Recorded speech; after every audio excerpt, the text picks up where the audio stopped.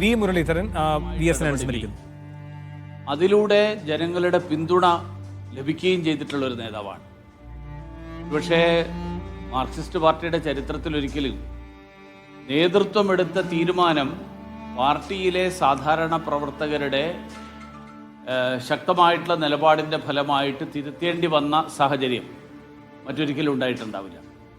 VS-ൻ്റെ കാര്യത്തിൽ അത്തരത്തിലുള്ളൊരു സാഹചര്യം തന്നെ ഉണ്ടായി എന്ന് നമുക്കെല്ലാവർക്കും അറിയാം. അതോടൊപ്പം നമ്മൾ ഇന്ന് വളരെ സജീവമായിട്ട് ചർച്ച ചെയ്തുകൊണ്ടിരിക്കുന്ന ചില സാമൂഹിക യാഥാർത്ഥ്യങ്ങൾ, ആ യാഥാർത്ഥ്യങ്ങൾ തുറന്നു പറഞ്ഞ ഒരു നേതാവ് കൂടിയായിരുന്നു ശ്രീ VS അച്യുതാനന്ദൻ. അങ്ങനെ ഏത് തരത്തിൽ നോക്കിക്കഴിഞ്ഞാലും VS-നെ പോലെയുള്ള ഒരു നേതാവിൻ്റെ വിടവാങ്ങൽ അത് കേരളീയ സമൂഹത്തിൽ സൃഷ്ടിക്കുന്നത് വളരെ വലിയ ഒരു ശൂന്യതയാണ്. അത് നികത്താൻ അത്ര എളുപ്പമുള്ള ഒരു കാര്യമല്ല.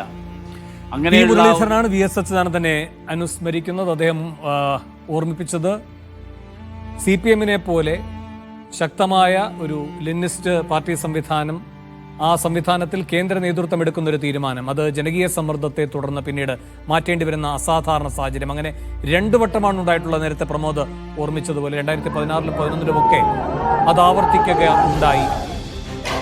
ആ കാര്യം കൂടിയാണ് ഇപ്പോൾ വി മുരളീധരൻ ഓർമ്മിപ്പിച്ചതെന്ന് മാത്രവുമല്ല, VS മത്സരിക്കണമെന്ന് CPM-ന്റെ ജില്ലാ കമ്മിറ്റികൾ പ്രമേയം പാസാക്കിയ അസാധാരണ സാഹചര്യം വരെ ഉണ്ടായിട്ടുണ്ട്. ഗോപി കോട്ടമുറിക്കൽ എറണാകുളം ജില്ലാ സെക്രട്ടറി ആയിരിക്കുമ്പോൾ അങ്ങനെ ആദ്യം ഒരു പ്രമേയം പാസാക്കുന്ന ജില്ലാ നേതൃത്വം എറണാകുളം കമ്മിറ്റിയായിരുന്നു, ജില്ലാ കമ്മിറ്റി ആയിരുന്നു. അങ്ങനെ പാർട്ടി അതുവരെ കണ്ടിട്ടില്ലാത്ത അസാധാരണമായ പല സാഹചര്യങ്ങളും VS-മായി ബന്ധപ്പെട്ട് രൂപപ്പെടുകയുണ്ടായി.